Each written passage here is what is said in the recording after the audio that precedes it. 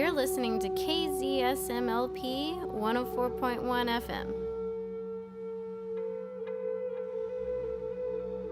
San Marcos, you're about to hear an incredible story and a touching proposal, but not until we juice your imagination a little bit by a short fictional piece. Remember, you've been on a spiritual journey, a ritualistic journey. It's like a dream, yet somehow more real, as if recalling something from the time in between lives when your spirit was in the underworld. You've been throwing spears into peyote buttons. To gain knowledge and insight, you eat them. During this transient time, again, between the here and the there, a hawk swoops down to catch a mouse, but stays on a rock and waits for you to catch up to it, ahead of you on the path you're walking. It speaks to you and tells you where to go.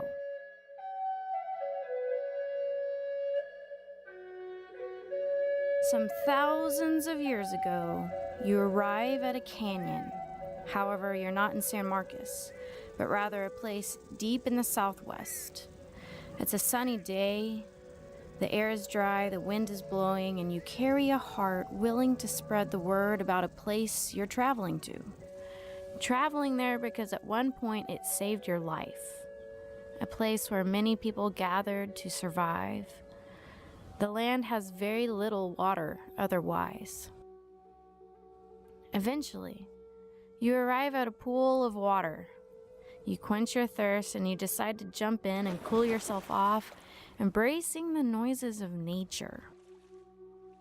You dip underwater and you swim like a fish. You come up for air, you look up, and behold, in front of you, there is a limestone canvas assigned to you for a creative purpose, some 200 feet across. And yes, you've seen it before, just not in this existence. There is a sense of déjà vu. The wall pulls you in, reaches out to you. It wraps its rock arm around you and whispers into your ear. This is where future generations will learn about the story of creation, of how all things are created. The hawk tells you it's a message that could go silent, as over time, language will change, but in pictures, its voice will stay dormant, never to be extinct. It's important that the story stays alive, even if that means it has to play possum. After a while, you collect and prepare paint in red, black, and marigold. To make red, you take your spearhead and slice your skin to draw blood, and lots of it, to bind the pigment made from iron and dry beets. For black, you take something like animal fat and mix it with your charcoal. For yellow, you use flowers and maybe the yolk of an egg. And last, you make white out of crushed up limestone with the rest of the animal fat. There is no linear form to this story. It's not to be read from left to right. No, that's for modern Western culture. You illustrate many archetypes, figures, and symbols. You draw the creation of the universe, as without it, there are no people. And where do the people come from? Ah, yes, the underworld. That's where people arrive from, shooting out of the springs of rivers. Don't you remember? Seeing all the people? Last, there is one white figure, a shaman, whose head is made into the moon. He towers over one specific spring. There are several sacred springs, and of which there is only one that holds the main birth channel. This spring has never gone dry, and it's the most sacred of them all. Can you guess which one it is? After a while, you step away from the massive drawing. You're proud of it. However, to the casual observer, it might simply be a picture. But look deeper, and there is a calendar with a map to help people find their way, not in just yesterday's world, but also in tomorrow's world. This will serve as a guide to places that will help us, pragmatically and spiritually. This is what's known as the White Shaman Panel. Welcome to COSMRadio, Real stories of locals and legends to bring you a little closer home. Presenting to you our very first episode of COSMRadio, I'm Lauren Hoffman. Today we'll be speaking with the Indigenous Cultures Institute's Chairman of the Board of Elders, Dr. Mario Garza, and the Executive Director, Maria Rocha. Both guests are a part of the Miyakan Garza tribe. Listen to the real creation story from the beginning of time to where the issues stand today. Here's Dr. Mario Garza. Okay, well, first let me start by introducing myself as part of our community. My name is Mario Garza. I'm a member of the Miyakan Garza tribe, and we form a nonprofit organization to deal with some of the issues that need funding or get funded from local sources, and that is the Indigenous Cultures Institute. We're one of 4 state tribes that have state recognition. There's no original Texas Indian tribes that have federal recognition, which causes a problem with us, and I'll mention one of the problems later when I start talking about repatriation. I got my master's in social work. Okay. I got my PhD. It's a multidisciplinary. Okay. I have it in three disciplines: social work, sociology, and political science. Okay.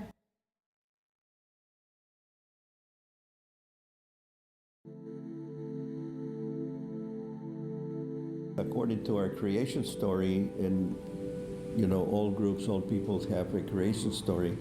According to our creation story, we were created in the underworld, and then we traveled the underworld. We came up at some springs.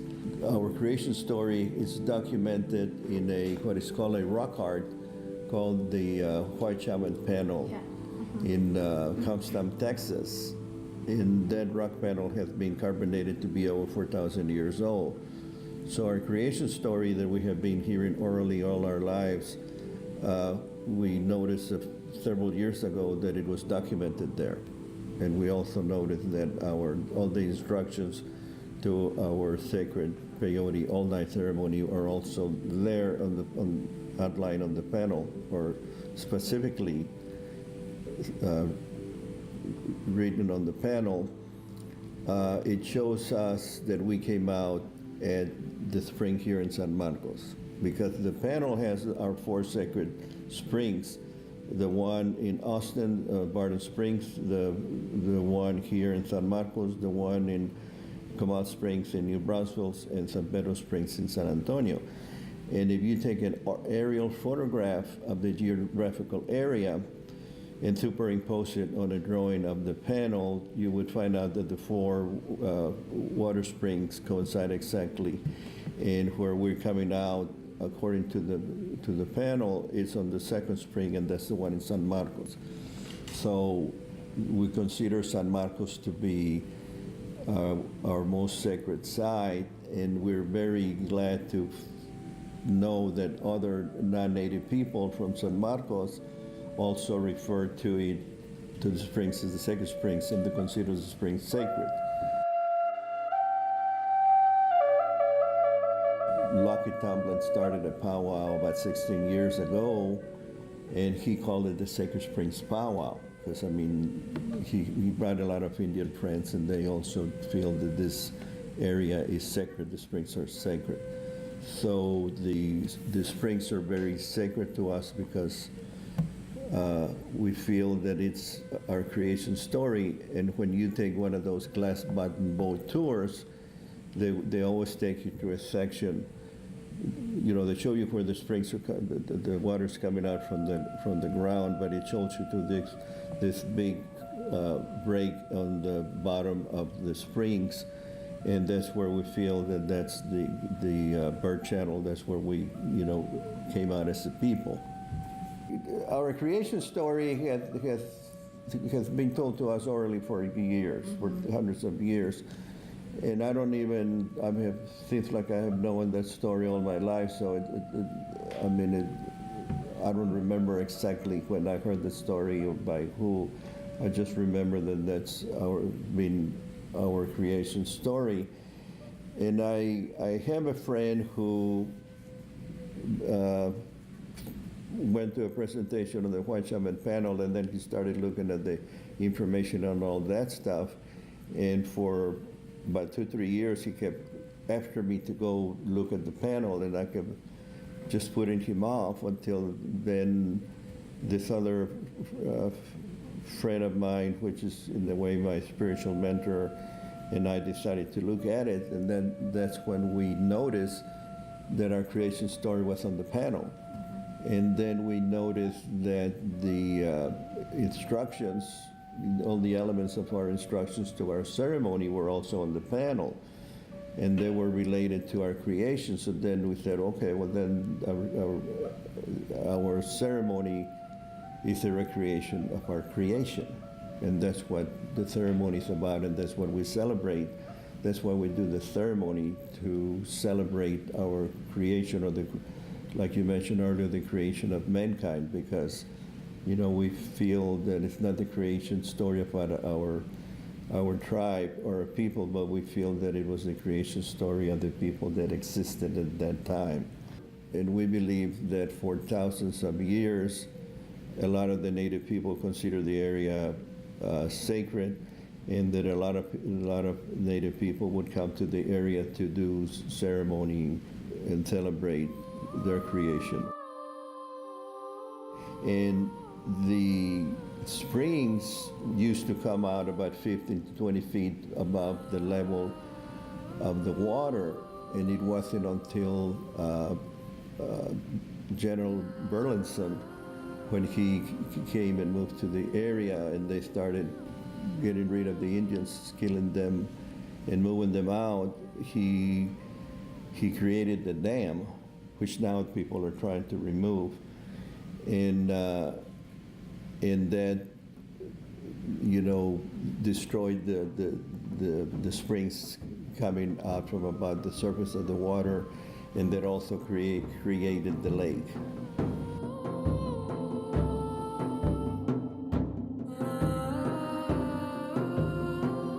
We have a unique history in Texas as Native people, because Texas became a republic before it joined the United States. And the first president of the Republic of Texas, Sam Houston, was very friendly with the Indians, and he was even adopted by a Cherokee Indian, and he actually married 4 different Cherokee women. And I always say, well, not at the same time, but yeah. But the second president of the Republic of Texas, Mirabeau Lamar, started this policy of total extinction or total expulsion of all the native people. So he started, you know, getting rid of all the native people in Texas. And a lot of our people, because we had already been colonized by the Spaniards, and a lot of us had Spanish last names, and we spoke Spanish, so we found it convenient, for the sake of survival, to say, well, we're not Indians, we're Mexicans. And so we were able to stay in our traditional homeland. So we're one of the few group of Indians that managed to stay in their traditional homeland, but we're one of those tribe of Indians that did not get federal recognition. So that's one of the problems that we have, that we don't have any Texas Indians that have federal recognition. That becomes a problem when we're trying to get the remains of our ancestors, when we're trying to use eagle feathers, when we're trying to do certain ceremonies, when we're trying to do a lot of things that are part of our tradition, part of our culture, part of our spirituality, and we're not allowed to do that. The United States was formed on religious freedom, but Native Americans still to this day do not have, you know, religious freedom. Okay. I mean, they did not pass the Native American Religious Freedom Act until 1978. I mean, I had already come back from Vietnam back then. And so there were a lot of us that wanted to do ceremonies before we went to Vietnam, and we were not able to do them legally. I'm 73 years old, and I have friends my age, or I used to have friends my age, they have already passed, that had even gone to prison for doing like sweat lodge ceremonies that are now very popular with non-Indians.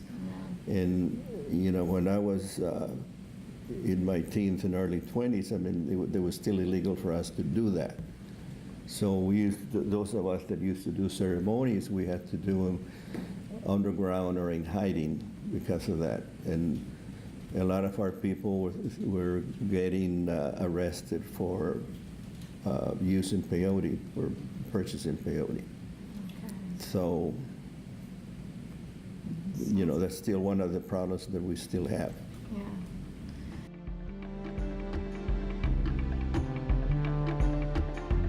Okay, I was born in Falfurrias, Texas. And actually I was born at home because according to what my parents used to tell me, my parents already passed, and what they used to tell me was that at that time, I was born in 1943, they did not allow non-white people in the hospital, so I was born at home. And I guess because I was born at home, I never got a birth certificate until I was 3 years old. One of my mother's sister's husband started working for the county clerk, and he got the whole family birth certificates. So my mother and I got our birth certificate at the same time. I was 3 years old when I got my birth certificate, and that is why I don't know what time. I'm sure my mother remembers what time I was born, but I've never thought about asking her to get my horoscope or whatever you call it done. One thing that happened back then, you know, we were very aware of oppression and discrimination, and we wanted to have the same freedoms and benefits as the white people.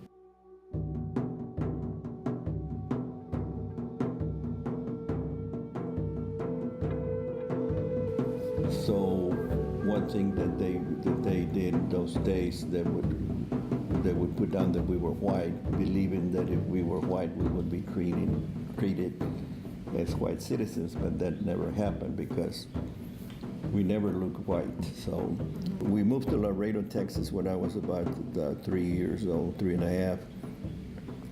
And my father was very outgoing, he was very friendly, he was very well respected in his community, so we were always going to his community in Mexico, because they would always be inviting him for ceremonies or to be part, especially with weddings. They always asked my father to go and talk to the family of the bride, because they figured that if my father asked for the girl's hand in marriage, that they would not say no to him. So a lot of the young men would ask my father to do that, and then we would always be having these 4-day ceremonies. They would get married by the civil law, they would get married by the Catholic Church, they would get married in an indigenous ceremony, and then I guess the other day we just celebrated and rested or whatever. So we would do, you know, all the ceremonies in Mexico, but my father would never take us to the ceremonies in the United States because it was illegal. And, you know, he and his friends would do them, you know, underground. So I grew up in Laredo, Texas, and then I you know, started going to college, and then I dropped out, and then I went in the Army. And when I came out of the Army, I was stationed in Berlin, and then from there I went to Vietnam and did 2 tours. When I came back from Vietnam, I used my GI Bill and finished my bachelor's, and then I got recruited to go to Michigan State University. At that time, they were recruiting minorities. So I got recruited, and so I went there and got my master's in social work. And while I was there, I decided to get my PhD. So I stayed there until I completed my PhD. And while I was there, I was active with the what they used to call the Chicano movement, and with the Native American movement. And I was even a county commissioner for 2 terms in Michigan. And I always felt that I wanted to come back to Texas. And to tell you another little story, one time I went with my father he went to visit some friend close to where my father was born in Bruni, Texas. So we went over there, and when he was talking to his old friends, I liked to walk around, and I saw this old man in a rocking chair on a porch. So I went over there and to talk to him, and he told me that he would go back there just to, sit on this rocking chair and spend some time there.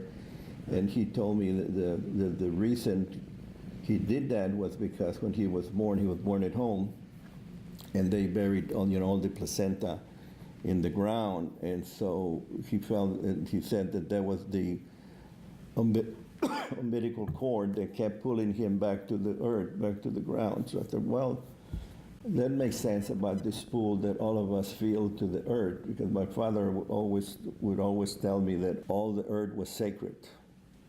And at that time, when I was a kid, I really did not understood that until I became an adult and started doing ceremonies. And he would say that, all the ground was sacred, and I was interpreting it that all the ground was, you could get buried anywhere. But what he meant was that all the ground was sacred.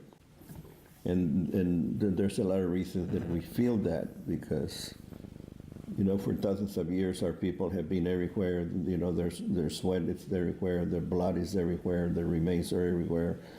Our experiences are everywhere, our prayers are everywhere, our ceremonies are everywhere. So to us, we feel that all the ground is sacred. And that's how we feel very strong about the San Marcos River, because it is very sacred, and we feel that, it doesn't belong to us, we belong to it, and it is our obligation to protect it.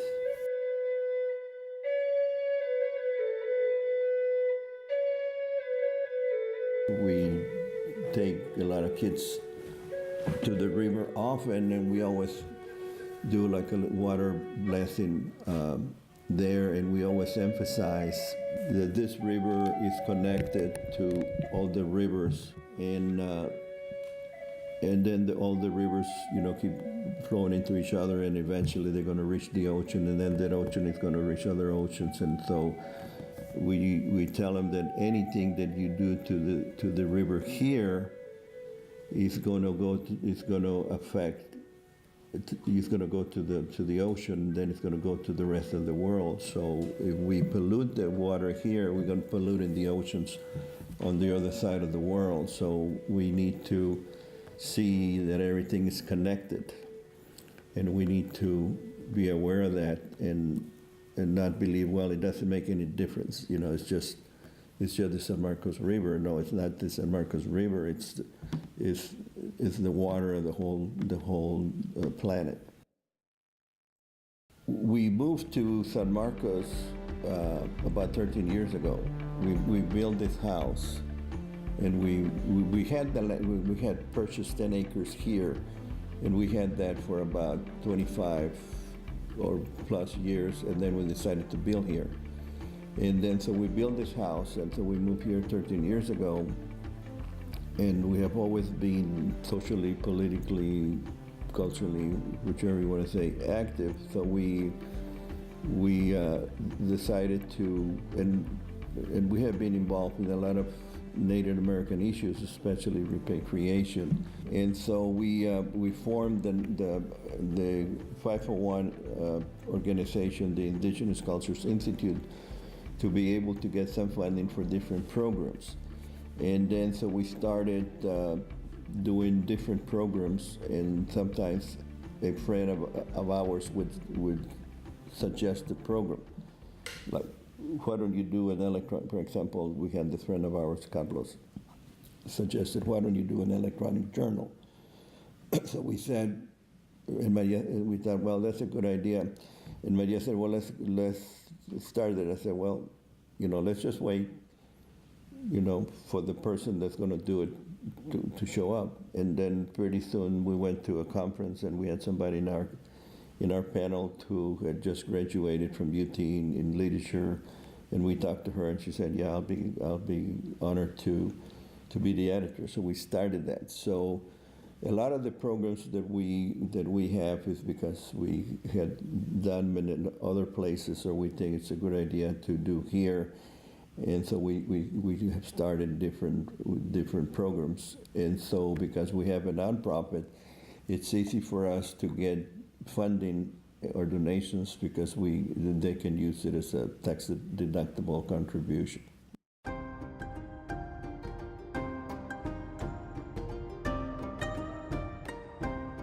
We were born and raised in a white world, for lack of something else. I mean, the school system we go to is white system and all that stuff. So, and also because through our colonization process, a lot of our culture was taken away, so a very common reaction to some people is when they start doing ceremonies, they always say, I felt that something was absent. I always felt that that I was not complete, but now that I started doing ceremonies, I know that's what it was. So, we have been doing ceremonies for quite a while, even when they were illegal. And I'm an old man now, but I joke with people that, when I was young and we used to do sweats, we used to do what they used to call young men sweats. And, they used to up to 120 stones or hard rocks. And I said, now that we're old, we do old men sweats. We only do 32 rocks. And we keep the door open because we don't want it to get too hot, because all of us have heart problems, or we're all diabetic and all this stuff. So now we don't have to prove anything to anybody, so we do old men sweats. I have always been aware that I've always been part of a Native American community, and that was the way to go.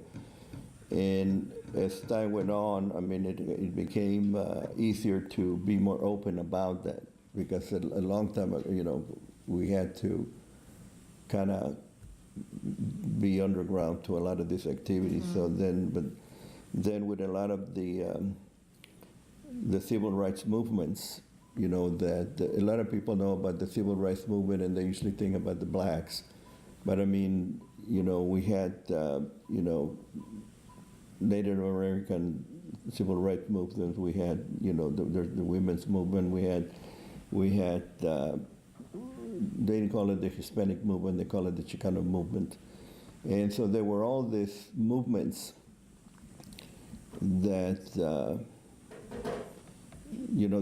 that kind of started pretty much like in the 60s. And so I became involved in a lot of those. I was active as a student. And then when I graduated, we stayed active. I prayed to the 7 directions the way I was taught a long, long time ago. And so I asked to be able to accomplish certain things. Mm-hmm. And there's been times in my life I say, well, maybe I'm still around because I'm supposed to do this, or maybe I'm still around because I'm supposed to do this. And I feel that one of the things that I am supposed to do is start the process to reclaim and rebury the over 3,500 remains of our people that were removed from Texas. I know that I'm not going to be able to do that within my lifetime, but we're working, there's a group of us that are been working on this for over 20 years, and right now we're trying to set up the process and the procedure to be able to get the remains and give them to the Indian groups from the area where the remains were removed, for them to find the burial site and to do the ceremony and to put them back on ground. To me, it's always been very hard emotionally when I deal with the repatriation ceremonies. And I mean, there's no way I can do 3,500. Right now, we're concentrating, because I guess I need to back up a little bit. It has always been against the law to disturb a human grave. But in spite of that, nationwide, there's over 7 million remains of our people that have been removed. And they're in museums and universities and in private collections and all that stuff. And so it tells you, if that's against the law, how come this happened? And there's a lot of ways of explaining that. One of them is that a lot of people do not consider us human. Another one is that according to the old archaeological mentality, which we're very glad that it is changing, and it has changed a lot, is that human remains were not human remains, they were archaeological objects. They were, for a lot of people, they were trophies. So whenever somebody would find out about a Indian burial site, they would go and remove the remains with all the archaeological objects that our people traditionally would bury with the remains. And so in 1990, Congress passed a law called the Native Americans Graves Protection and Repatriation Act. But the problem with that law is that only deals with remains from public land, which in Texas, that's about 8% of the land. So that creates a different problem in Texas. And in Texas, private property is king. When you have property and you're the owner of the property, you own everything above your property, you own everything on the property, and you own everything below the property. But there have been certain cases in Texas where the landowner has realized that remains should not be removed, or that they were removed for study, that they should be reinterred. And a lot of the private owners have given Indian communities the remains back to repatriate.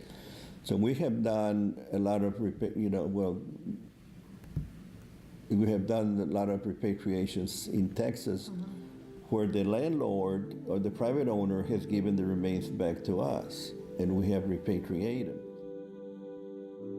So one of the big issues that we're working on now is repatriation, and we're concentrating on the remains right now we're concentrating on the remains that have been removed from Hays County.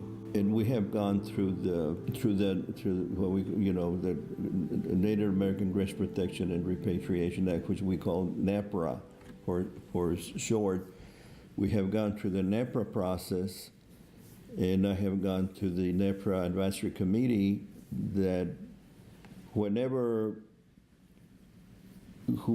a collector of Native American human remains gets a request from a federally recognized tribe, or what we call a BIA tribe, they pretty much give them their remains because they have to do that, otherwise they're going to lose their federal funding. But when a non-federally recognized tribe like us requests the remains, we have to go to the NEPRA process, which means we have to go to the NEPRA Advisory Committee meetings that happen every 6 months, and every 3 months you have a telephone conference meeting, and they're held in different parts of the world to make it convenient for all the different tribes. So it becomes an expensive enterprise for us because we have to travel either by car for a day or so, or we have to fly, which involves getting airplane tickets that sometimes cost us, over $100 or $1,000, and then we have to rent hotels, get meals, and all that stuff. So it becomes kind of expensive for us. The NEPRA committee, or the NEPRA law, has been in existence only for 25 years. And in that time, only 11 non-federally recognized tribes have been given human remains through that process. We were the first from Texas to have gotten human remains through that process. So we're still, that was the remain that was removed by Spring Lake. We call them the ticket office remains. So the ticket office, when you buy the tickets for the glass bottom boat tours, and that was the remain that we got. There's still 2 sets of remains that were removed from what they call the fish ponds at Texas State University campus, and also 3 remains that were removed when they were doing the overpass at Wonder World. At Wonder World, road. According to our spiritual beliefs, we feel that when a person dies, the body dies, but the spirit doesn't die. We believe that the spirit continues on a spiritual journey. And we believe that when the remains are disturbed, it interrupts the journey. And so the spirit, just keeps, wandering and, in pain and all that stuff. So we believe that the remains need. And we also believe that they need to be repatriated as close as possible from the original place where they were removed.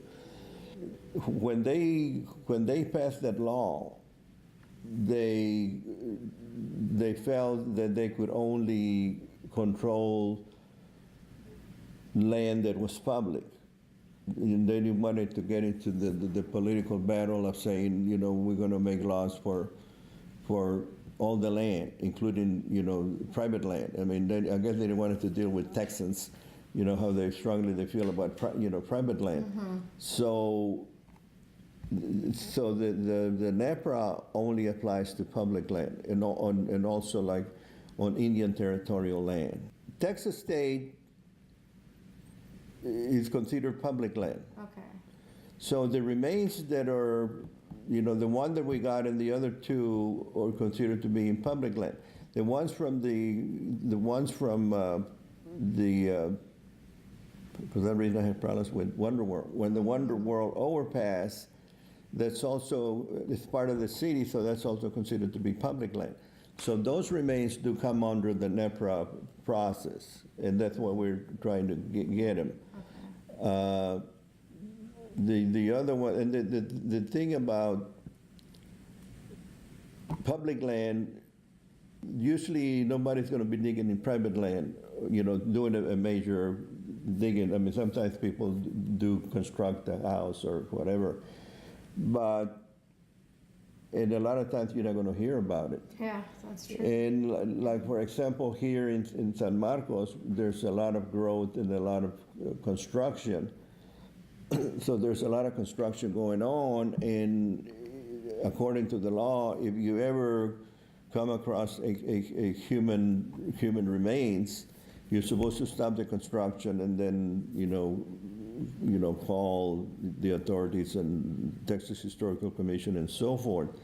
One of the problems with that is that a lot of your construction workers that are working on the caterpillars and all that stuff are not able to identify a human remain if they start digging it, unless they see a skull, a human skull, and then they say, okay, that's a human skull, that's a human. Because even if they find a leg bone, they might assume that it's an animal bone. Because then everybody can see a leg bone and say, okay, that's a human leg bone.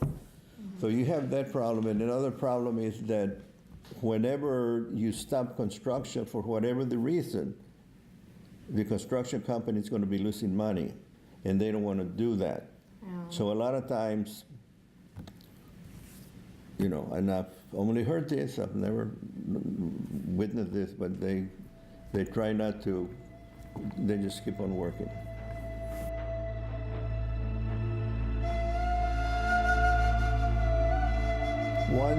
One problem that we're having right now, or an issue that we're having, I mean, we have some remains that we have been able to get, but we still need to get a repatriation reburial site.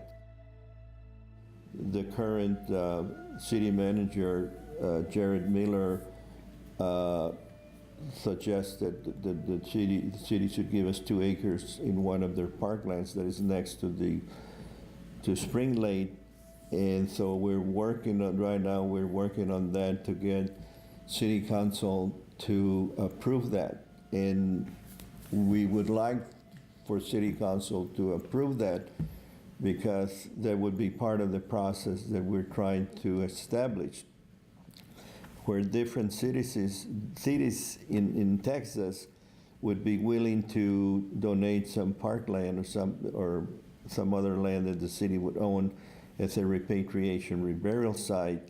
So once we start getting the remains from the different parts of Texas, you know, and we would need a place to rebury them, and then saying, well, you know, if the city of San Marcos was able and willing to do that, then other cities should be able to do that. And so we want to establish that precedent. We want San Marcos to be the first city to officially do that. So that's an issue of repatriation that is still pending here in San Marcos, getting the actual reburial site. I'd like to say that there is a difference between a reburial site and a cemetery. Right. We don't want to establish a cemetery. The cemeteries come under the health and safety code because obviously dead bodies are considered to have some problems with health and safety. But these are remains, really they're just partial remains. They're pieces of bone, pieces of skull that have been gathered together and are going to be turned over to us. And they need a place to be returned to Mother Earth. And so we're talking about a memorial to indigenous people, to the natives that used to live here, that were dug up, and now we have a memorial to them where we can place their bones next to Mother Earth again. So this is a memorial, it's not a cemetery. Right. And we want to make that distinction, because those are the legal issues that start to surface and then stop everything from happening. Yeah, and this repatriation burial site that we want to establish will be only for repatriation or for reburial of remains that were unearthed. You know, it's not going to be for the public or anybody who passes recently that wants to get buried there. This is only going to be for reburial only, and only from the ones from Hays County. We want to establish different ones on Lower Texas for the remains in those areas. But we don't plan to repatriate any other remains that were removed from other parts of Texas here. Okay. But we want to establish the process and procedure where the city of San Marcos, you know, dedicates some land for that purpose. Okay.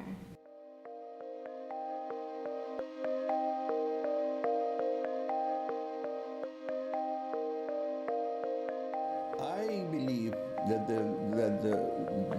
the world has always been speaking to us. I think that you know, some cultures if they don't hear something in their own language, then, you know, nobody's communicating with them. But indigenous people believe that that the earth has always been talking to us, and you know, there's certain native tribes have certain people in their tribe that their only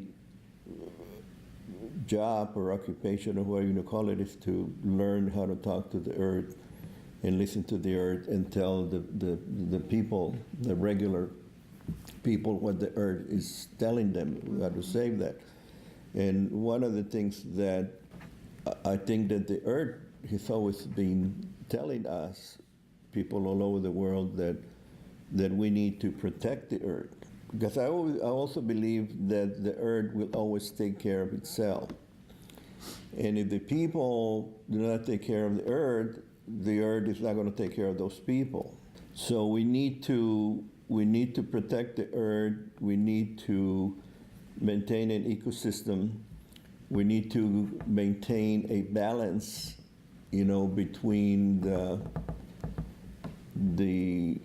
all of the environment, you know, the clean air, the clean water, the animals. We need to learn how to protect.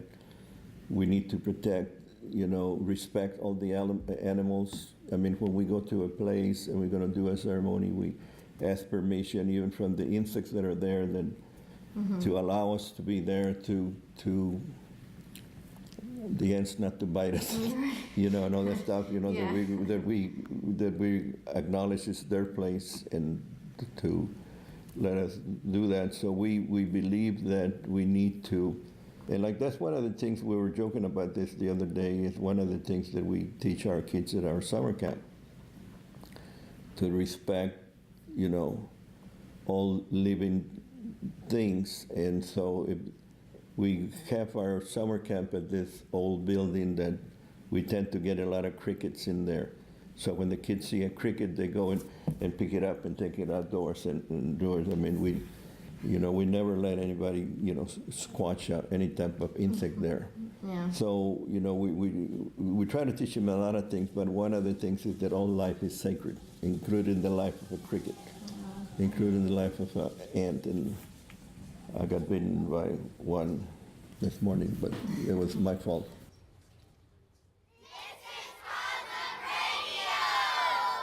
You're listening to KZSM LP 104.1 FM. I'm Aliana. This is the Indigenous Cultures Institute Summer Camp.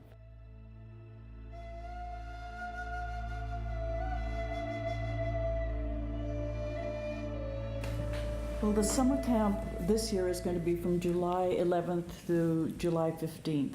So for a full week, we bring in indigenous artists to work with the young people and teach them about their indigenous culture.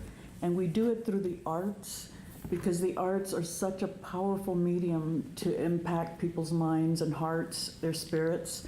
So we teach them music through songs in different languages, different indigenous languages.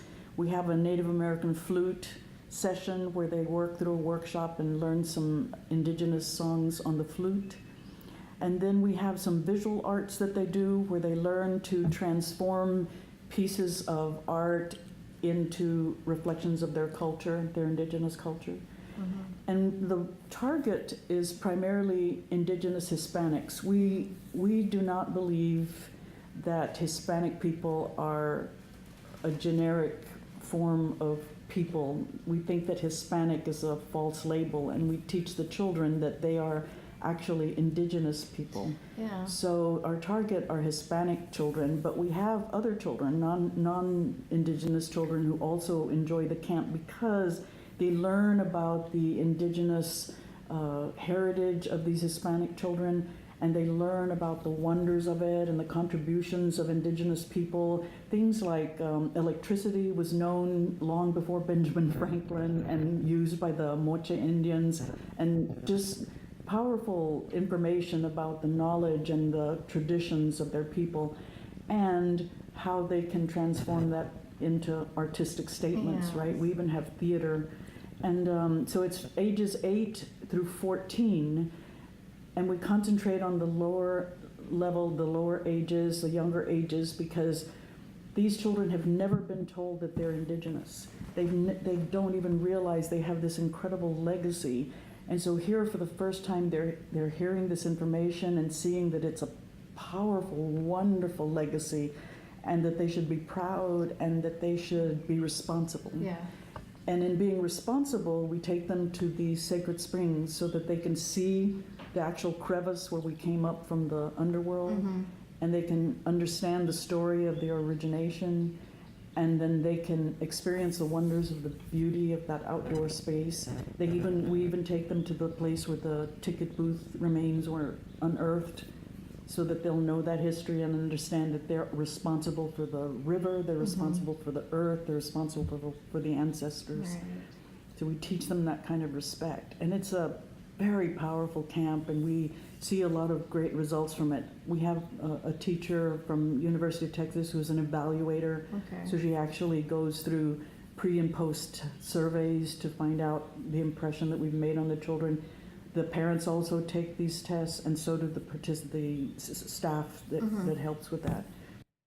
Well, definitely we need for people to know that something like this exists, because we're creating a model with actual curriculum that's attached to it, so that we can replicate this in Austin, in San Antonio, in Seguin, wherever people believe that something like this would be useful to help their children to feel proud and responsible, and therefore stay in school and become successful.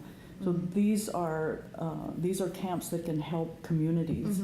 So for communities to get together and decide they want a camp like this and seek funding for it, and then come to us so that we can give them the curriculum and even help them establish schools like this. Okay.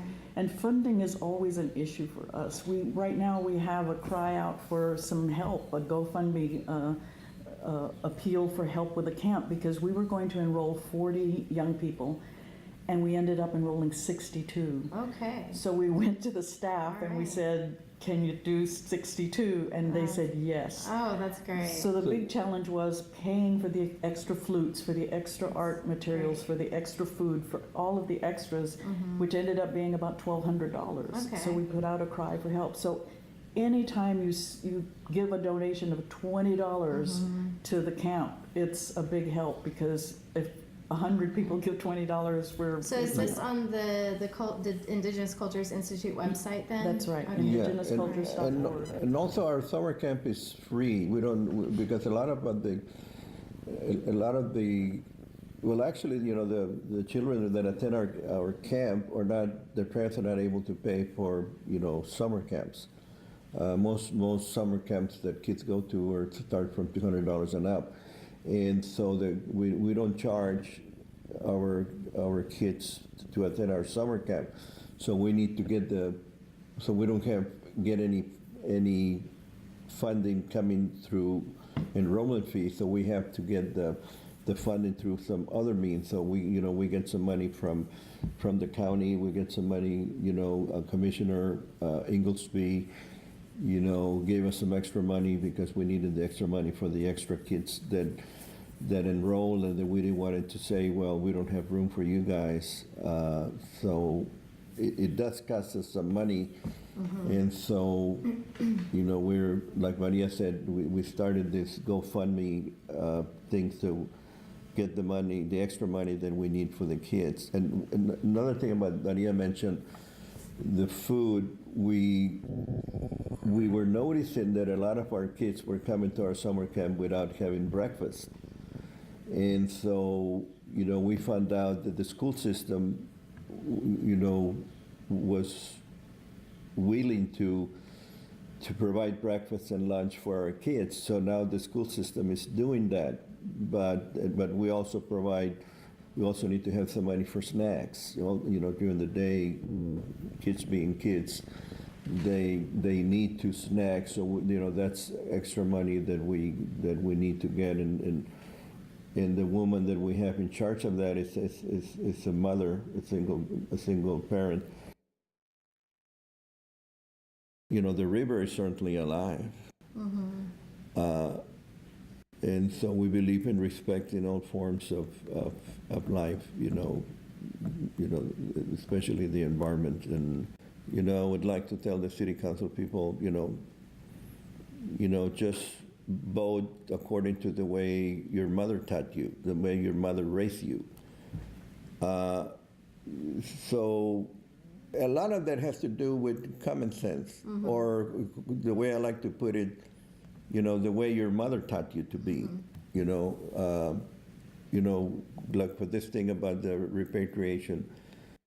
In our culture, we do respect the elders, we do, respect the environment, we do respect other forms of life. Like I mentioned, we feel that everything is alive, even rocks.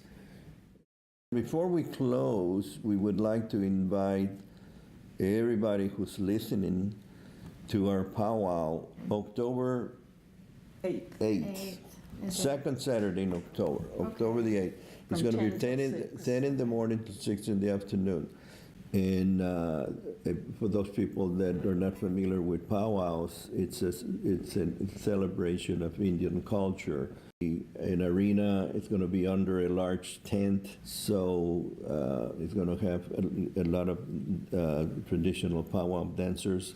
We're also going to be having, arts and craft booths, and they're also going to be, we have a cultural tent where we're going to have, the kids from our summer camp perform, and we're going to have flute playing, storytelling, and we're going to have some lectures on the White Shaman panel. The day before, we're going to have Condor Night. Condor Night, and it's going to be at the Guactemoc Hall. And so that's going to be the Friday, October the 7th. We're going to have two great groups of Aztec dancers performing. These are very high energy groups. They have great regalia. Another thing we're going to be having at our powwow, we're going to be having a T-shirt. We're going to have this T-shirt as a fundraiser for our repatriation efforts. That's one thing that we have noticed in this community, that there's a lot of people that really want to protect the river. A lot of people feel the importance and the significance of the river. And we're talking about native and non-native people, there's a lot of interest in protecting and respecting the river. Well, I think that the most important thing is that they are so fortunate to be living within the most sacred area you could ever imagine.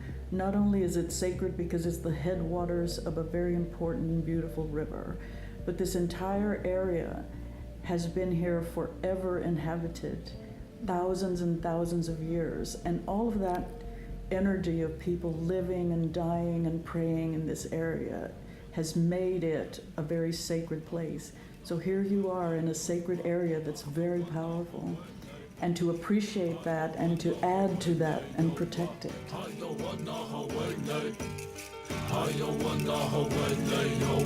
why don't you help your brother when you see him fall? Why do we act like God don't see it all? Why do we call them black, them white, them Asians, and use labels?